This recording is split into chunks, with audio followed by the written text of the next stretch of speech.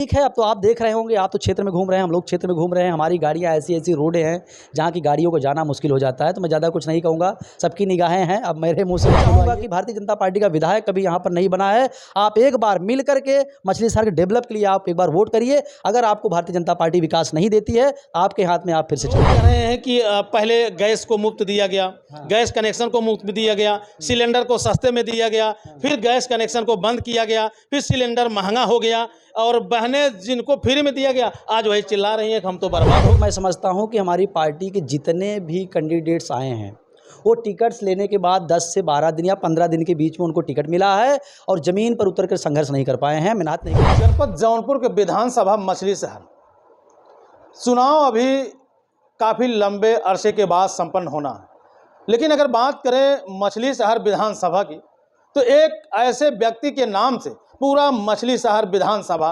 पोस्टरों से पट चुका है।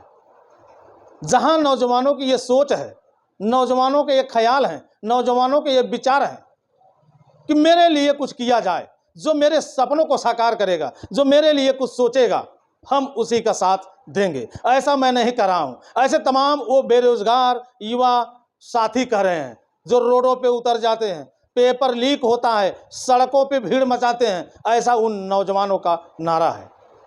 अगर बात करें समाजवादी पार्टी की तो समाजवादी पार्टी ने लगभग 100 सीटों पे अपने प्रत्याशियों का ऐलान कर दिया है, जिसमें जनपद जौनपुर की 3 सीटें लगभग कन्फर्म हो चुकी हैं।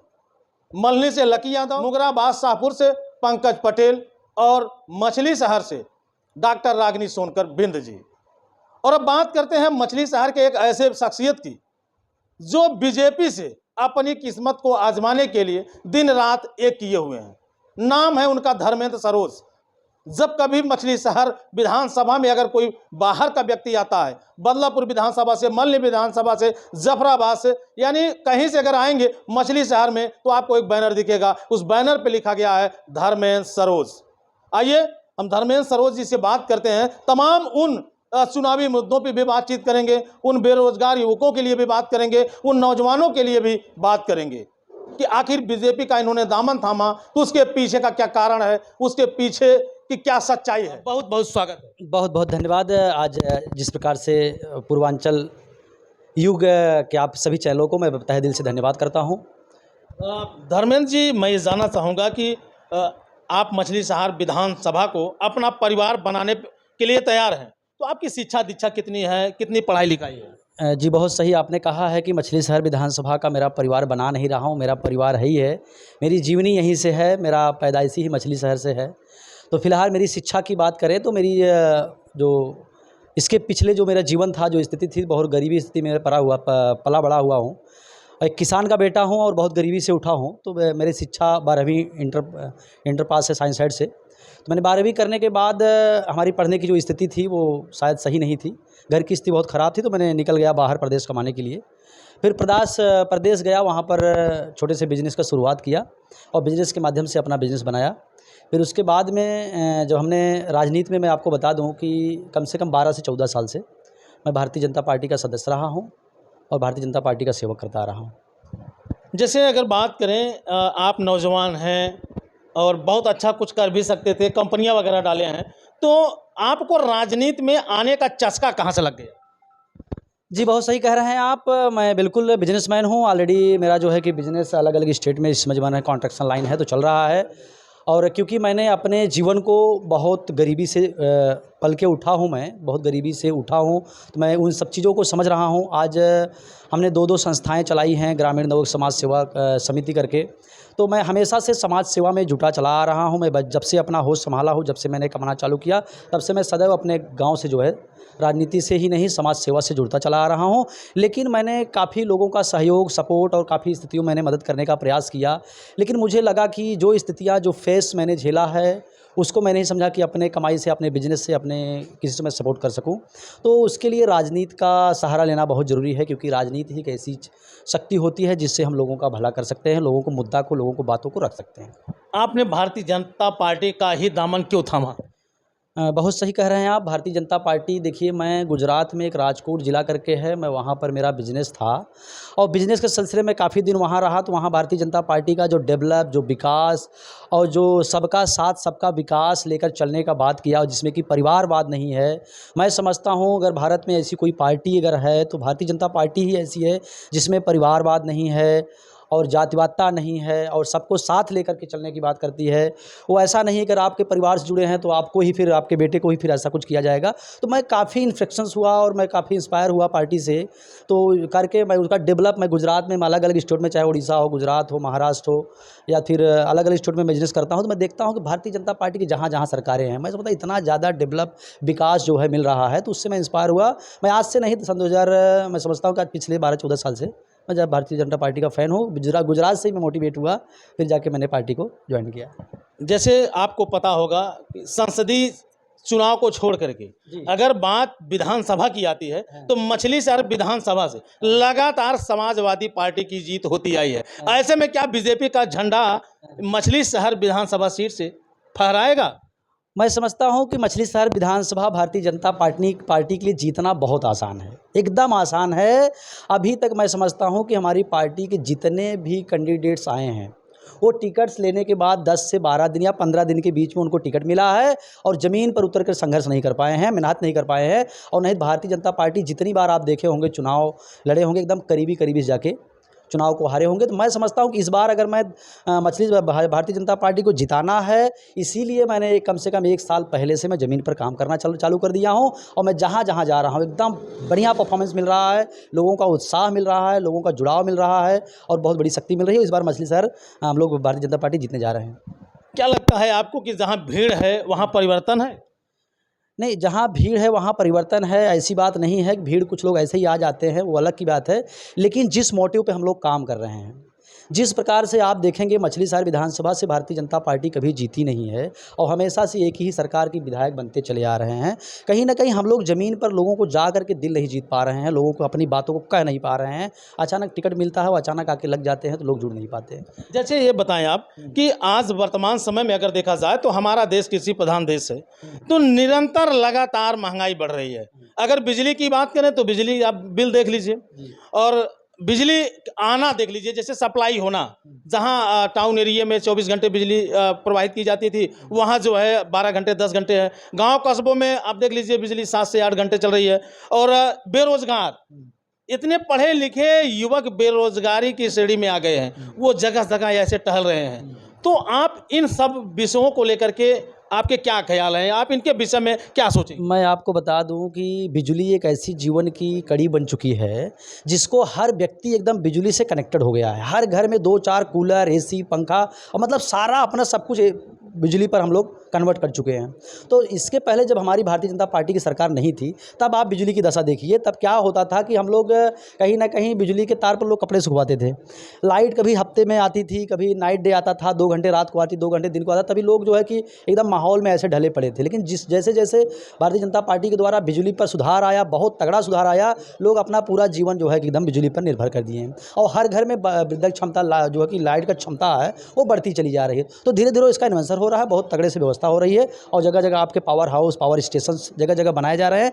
मैं समझता हूँ कि मछली शहर विधानसभा में मैं जब से जाने लायक हूँ, यहाँ पर हफ्ते वाइज लाइट आया करती थी, लेकिन आज जो है कि 24-24 घंटे लाइटें आ रही हैं। लोड और गर्मी का जो माहौल चल रहा है, इसमें हर घर में एसी कूलर चल रहा है, लोड ज़्यादा बढ़ा हुआ है, इसलिए थोड़ा सी प्रॉब्लम आ रही है, लेकिन इसको भी फेस किया जा रहा है, जल्दी से इसको भी दूर किया जाएगा। अच्छा, क्या लगता है कि मछली शहर विधानसभा में डॉक्टर रागिनी सोनकर का रथ रुकेगा या और तेज रफ्तार पकड़ेगा?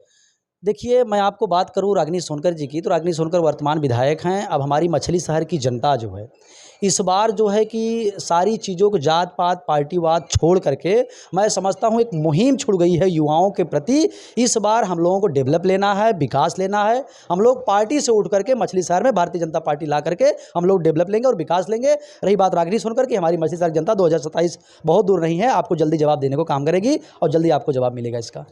काफ़ी लंबे अरसे से पहले ही रागिनी सोनकर का टिकट फाइनल हो गया है, क्या कहेंगे आप? बड़ी अच्छी बात है, उनका पार्टी है, उनकी शेष नेतृत्व है, उनको क्लियर कर दी है, अच्छी बात है। और मेहनत करें, संघर्ष करें और अपने कामों को बताएं, अपने डेवलप को बताएं, जनता उनको जवाब देगी। अभी हमारी पार्टी नहीं तय करी है, हमारी पार्टी विशेष नेतृत्व जो भी तय करेगा, हम लोग मिल करके इस बार भारतीय जनता पार्टी को मछली शहर से विजय का पताका लहराएंगे। लोग कह रहे हैं कि पहले गैस को मुफ्त दिया गया, गैस कनेक्शन को मुफ्त दिया गया, सिलेंडर को सस्ते में दिया गया, फिर गैस कनेक्शन को बंद किया गया, फिर सिलेंडर महंगा हो गया और बहनें जिनको फ्री में दिया गया आज वही चिल्ला रही हैं कि हम तो बर्बाद हो गए। देखिए, बहुत सही आप मुद्दा उठाए हैं गैस की। तो मैं आपको बात कर दूं कि गैस और सीएनजी पेट्रोल, ये आप लोगों को सबको पता है, जितने जागरूक लोग हैं जिनको वाकई में पता है देश की रणनीति और ग्लोबल की रणनीति, तो उनको पता है ये सारी एनर्जी अपने यहाँ नहीं मिलती है। अब जहाँ से आती हैं वहाँ पर भी विश्व स्तर का युद्ध चल रहा है। उसी की वजह से जो है हमारे यहाँ सीएनजी और पेट्रोल का थोड़ा सा आवागमन ठप हो गया है, नहीं आ रहा है। नहीं तो ऐसा नहीं है कि एकदम पूरा मात्रा में था, भरपूर मात्रा में था।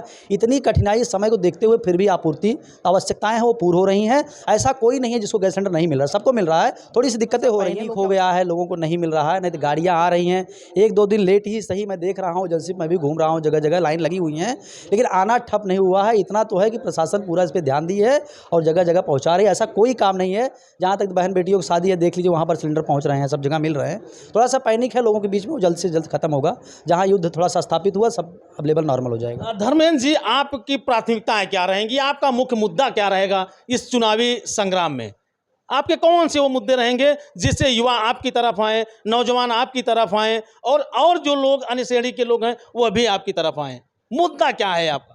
देखिए, मेरा मुद्दा व्यक्तिगत मेरा मुद्दा कुछ नहीं है। जो भी मुद्दा है मेरे मछली शहर के लोगों का मुद्दा है। और इतनी बड़ी बड़ी समस्याएं मैं समझता हूं कि मछली शहर में है, जिसको हम अगर बताने लग जाएं तो लगता है कि बहुत समय जाएगा। मछली शहर की जनता जो है ऐसी परिस्थिति में गुजर रही है कि मैं समझता हूँ डेवलप देखा ही नहीं है। एक विधायक का क्या डेवलप होता है, विधायक कितना डेवलप करता है। और मछली शहर अगर आप देखेंगे भाई साहब, तो विधानसभा भी है, लोकसभा भी है और यहाँ पर तहसील भी है, ब्लॉक भी है। सारी व्यवस्था होने के बाद भी अगर देखा जाए, सबसे बड़ा जो मुद्दा है, हमारे यहाँ रेलवे स्टेशन नहीं है पहली चीज़। तो अगर रेलवे स्टेशन नहीं, कम से कम मछली शहर को एक बस डिपो मिलना चाहिए।